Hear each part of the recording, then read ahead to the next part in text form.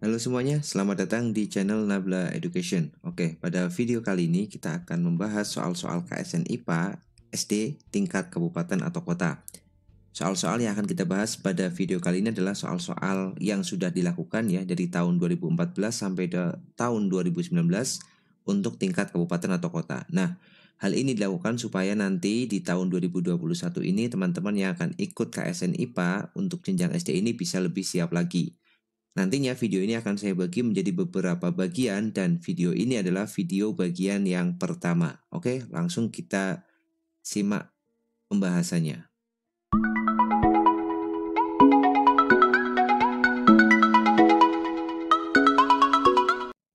Oke, kita mulai dari soal yang nomor 1.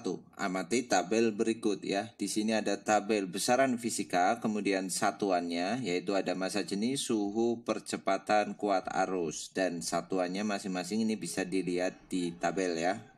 Pertanyaannya adalah pasangan besaran fisika dan satuan dalam sistem internasional atau SI yang benar adalah titik-titik. Oke, kita mulai dari yang pertama, massa jenis.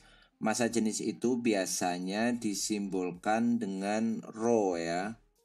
Oke, kita tulisnya di sini aja ya. Jadi massa jenis. Nah, massa jenis itu rho. Rho itu persamaannya adalah massa per volume. Jadi satuannya adalah massa itu kilogram, volume itu meter kubik. Karena diminta dalam SI ya. Jadi jawabannya yang ini betul ya. Massa jenis betul, massa jenis betul. Oke. Sekarang yang kedua suhu. Nah, suhu itu dalam SI itu satuannya bukan Celsius tapi Kelvin. Nah, berarti yang ini salah nih. Suhu mana? Nah, ini jelas salah, kilometer per jam ya. Kemudian yang ketiga adalah percepatan. Nah, percepatan itu dalam SI itu satuannya meter per sekon kuadrat. Berarti ini sudah ya. Berarti jawabannya yang A ya. Jadi ini percepatan ini sudah benar, massa jenis benar. Kuat arus itu dalam SI itu satuannya ampere. Kemudian kalau suhu satuannya tadi sudah ya, Kelvin. Oke, itu soal yang pertama. Masih gampang kan? Kita lanjutkan ke soal kedua ya. Oke, ini dia soal kedua. Arus listrik ialah banyaknya muatan listrik yang disebabkan oleh pergerakan elektron-elektron yang mengalir melalui suatu titik dalam sirkuit listrik tiap satuan waktu. Arus listrik bisa diukur dalam satuan titik-titik. Oke ya, jadi arus listrik itu biasanya simbolnya pakai I. Persamaannya adalah muatan dibagi waktu. Muatan itu Q, waktu itu T ya, Q per T. Nah, satuan dari muatan, oke ini saya tulis dulu, ini muatan dan ini waktu. Nah, satuan dari muatan itu sendiri adalah kolom ya. Kolom dibagi dengan satuan waktu itu sekon. Jadi satuan arus listrik itu adalah kolom per second. Nah, kan nggak ada kan di jawaban kan? Mana kolom per second nggak ada. Nah, kolom per second itu nama lain dari ampere. Nah, jadi 1 ampere itu definisinya adalah 1 kolom per second. Berarti jawabannya yang tepat adalah yang C. Nah, itu soal yang kedua. Kita lanjut lagi ke soal yang ketiga. Oke, ini dia soal ketiga.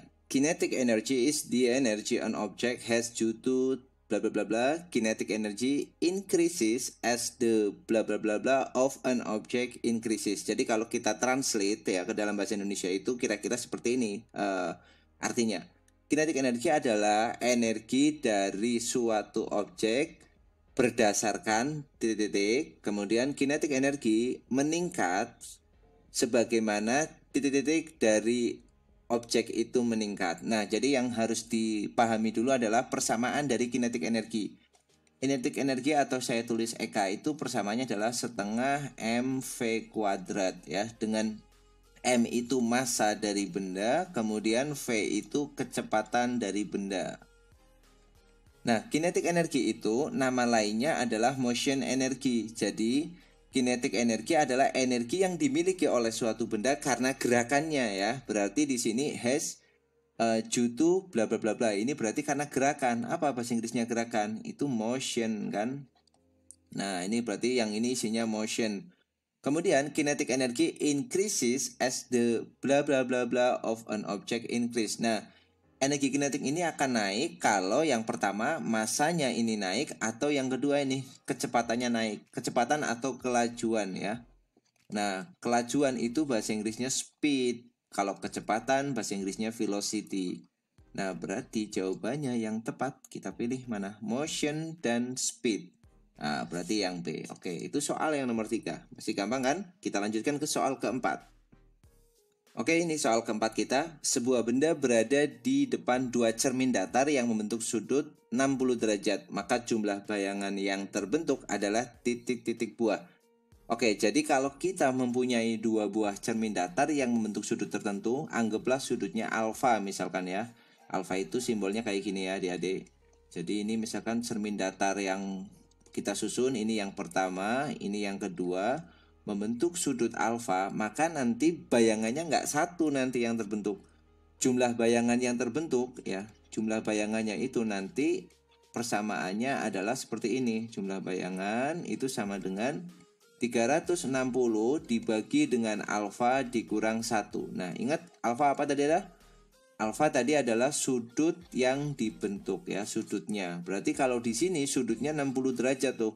Berarti jumlah bayangannya adalah 360 dibagi 60 dikurang 1. 360 bagi 60 berapa? 6. 6 dikurang 1 maka 5. Nah, maka jawabannya adalah yang A, yaitu 5. Oke, itu soal tentang cermin datar. Kita lanjut ke soal yang kelima. Oke, ini dia soalnya. Ketidakmampuan mata untuk melihat benda dalam jarak jauh dengan jelas disebut titik-titik. Oke ya, jadi ini topiknya adalah mengenai cacat mata. Jadi mata itu kalau normal itu dia bisa lihat dekat dengan jelas pada jarak 25 cm atau kita sebut dengan titik dekat normal yaitu SN yang nilainya 25 cm. Ini PP normal ya, kita sebut SN. PP itu titik dekat teman-teman. Singkatannya dari punctum proximum. Nah, kalau titik jauh yang bisa dilihat oleh mata itu namanya PR ya, punctum remotum. Itu nilainya tak hingga. Nah, di sini orang itu bisa melihat tetapi tidak jelas kalau dia jarak jauh. Maka orang ini menderita namanya miopi. Nah, miopi itu rabun jauh. Rabun jauh itu adalah ketidakmampuan mata untuk melihat dengan jelas benda yang letaknya jauh di titik dekatnya, di titik jauhnya, maaf. Berarti jawabannya A ya. Nah, sekarang kita lihat option yang lain, sekalian kita belajar ya. Jadi kalau hipermetropi itu adalah ketidakmampuan mata untuk melihat dengan jelas benda yang letaknya dekat, maka dia bermasalah di titik dekatnya. Itu hipermetropi. Nama lainnya adalah rabun dekat. Kemudian kalau presbiopi itu nama lainnya mata tua. Mata tua itu apa? Dia itu kena hipermetropi, juga kena miopi sekaligus. Nah, kayak gitu. Kalau miopi itu ditolongnya dengan kacamata minus ya, minus atau cekung dia. Nah, kalau hipermetropi ditolongnya dengan kacamata plus atau cembung. Sedangkan presbiopi karena dia kena dua-duanya, dia ditolong dengan kacamata minus dan kacamata plus sekaligus, atau kita sebut dengan kacamata rangkap atau kacamata ganda. Nah, sekarang apa astigmatisme? Astigmatisme itu adalah cacat mata di mana lensa matanya itu tidak sferis ya. Jadi ada masalah di bentuk geometri dari lensa mata. Nah, ini biasanya ditolong dengan kacamata silinder atau dilakukan operasi ya, LASIK namanya ya, operasi LASIK supaya nanti lensa matanya bisa sferis lagi. Itu adalah astigmatisme. Oke, itu soal nomor 5 ya. Bisa dipahami ya, jelas kan? Kita lanjut ke soal nomor 6. Oke, ini soal nomor 6. Nomor 6 ya. Perpindahan benda tiap satuan waktu dengan memperhatikan arahnya adalah titik-titik. Oke. Jadi kita akan analisis masing-masing ya. Jadi yang pertama namanya jarak. Jarak itu apa? Jarak itu total lintasan. Nah, ini definisinya adalah total lintasan.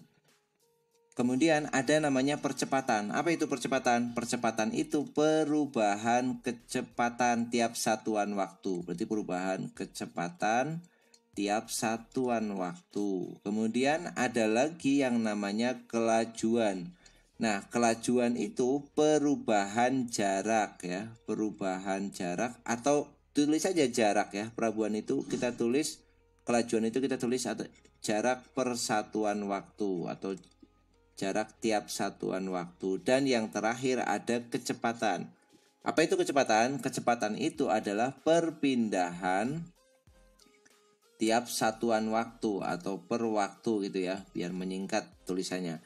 Nah, kalau kelajuan itu tidak memperhatikan arah. Nah, ini tidak memperhatikan arah atau dalam fisika dikenal dia sebagai besaran skalar ya. Jadi kalau ada besaran skalar itu besaran yang tidak memperhatikan arah. Kemudian kalau kecepatan itu dia memperhatikan arah. Dalam fisika besaran yang memperhatikan arah itu namanya besaran vektor. Besaran vektor itu adalah besaran yang memperhatikan arah. Nah, berarti jawabannya apa?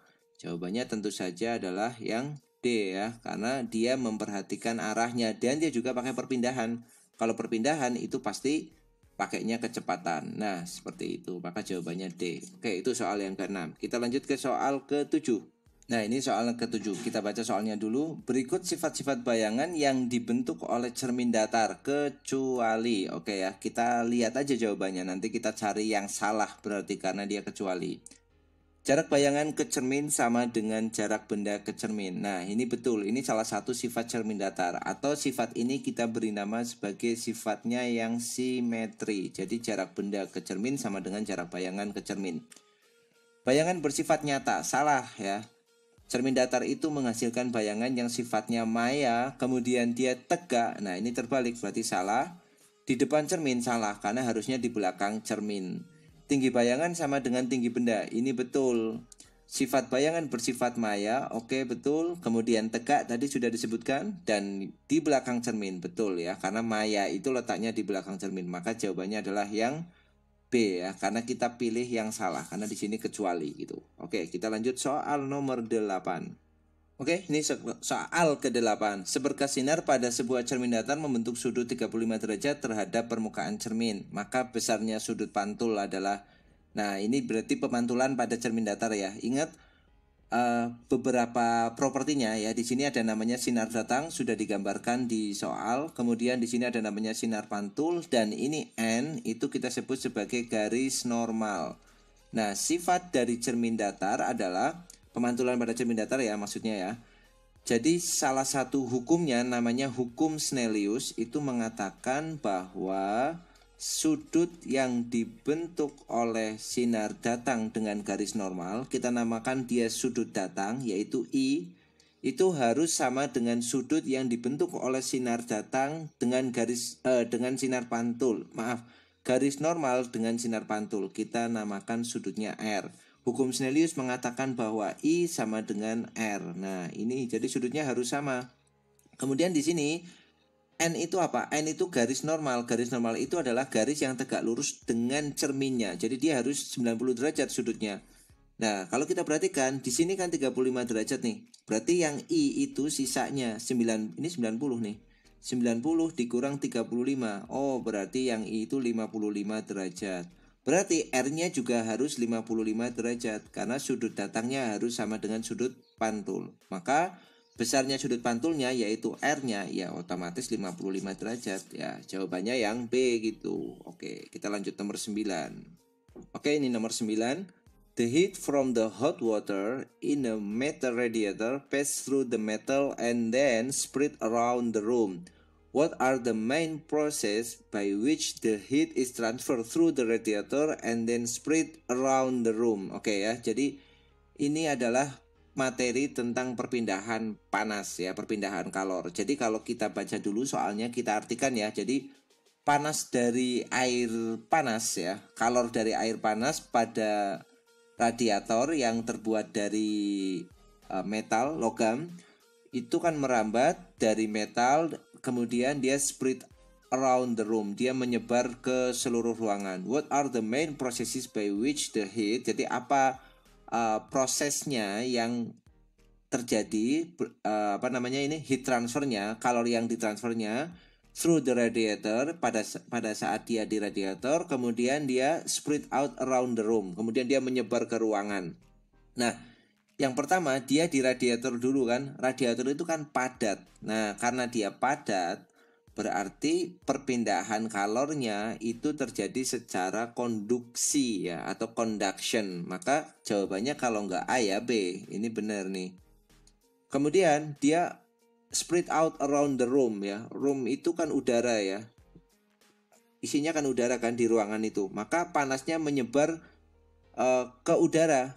Berarti terjadi aliran di situ. Nah, kalau panasnya terjadi aliran, maka perpindahan panasnya itu kita sebut dengan konveksi atau convection. Berarti jawabannya yang B kan. Nah, kalau radiation itu perpindahan panas tanpa melalui perantara. Misalkan panas dari matahari bisa sampai ke bumi ya kan. Karena dari matahari ke bumi itu kan isinya kan ruang hampa, nggak ada udaranya di situ. Maka panasnya merambat tanpa melalui medium perantara. Nah, itu kita sebut sebagai radiasi. Berarti jawabannya yang B. Oke ya, gampang ya. Nah, kita lingkari di sini B. Oke, kita lanjut nomor 10. Oke, ini soal nomor 10. Planet Venus mempunyai suhu permukaan paling tinggi di antara planet-planet anggota tata surya. Ini dikarenakan planet Venus titik-titik. Oke ya, jadi kalau kita lihat susunan tata surya itu kan mulai dari matahari ya kan. Ini matahari, kemudian di sini Merkurius, Venus. Nah, Venus itu di sini nih.